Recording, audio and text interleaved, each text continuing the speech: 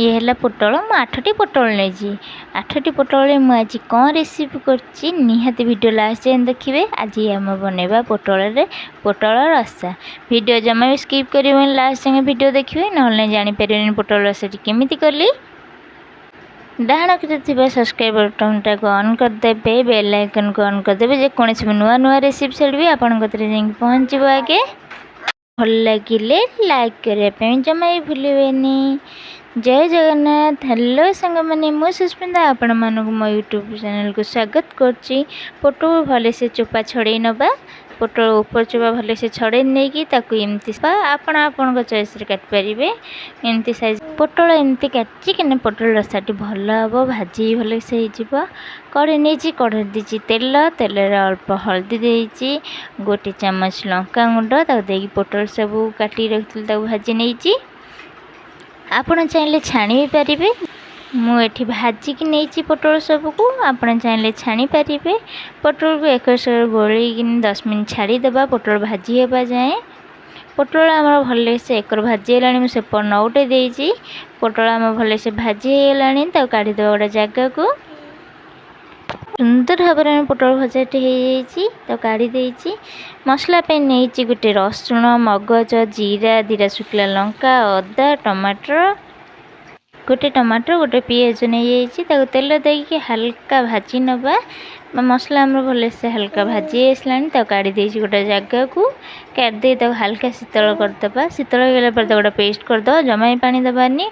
Same कड़े नहीं गोटे चामच घी गोटे चामच घी अल्प किसी तेल देती पकई गोटी मसला गुजराती अल्प किसी डालचीनी देती गोटे मीडियम साइज पियाज चुन चुन काटी नहीं दीटा तेजपत्र ताकू भी पकई देके हल्का भाजी नवा।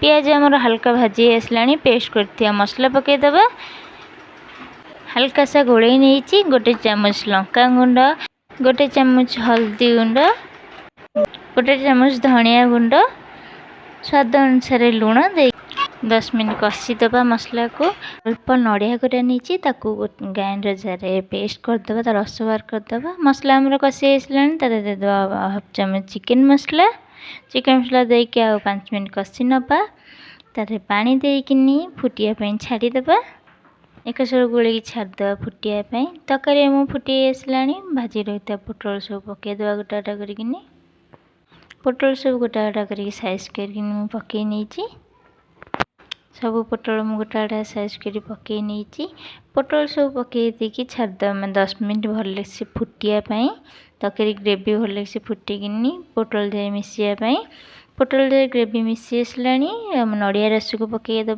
नड़िया रस को पकई 5 मिनट छाड़दे फुटिकी भल से तकारी बास्ना आसपाई तकारी आम फुटी आसला दबा कि अल्प कस्तूरी मेथी पकईकि छाड़दे अल्प समय फुटियापाई तकारी फुटिकी रेडी हो गला।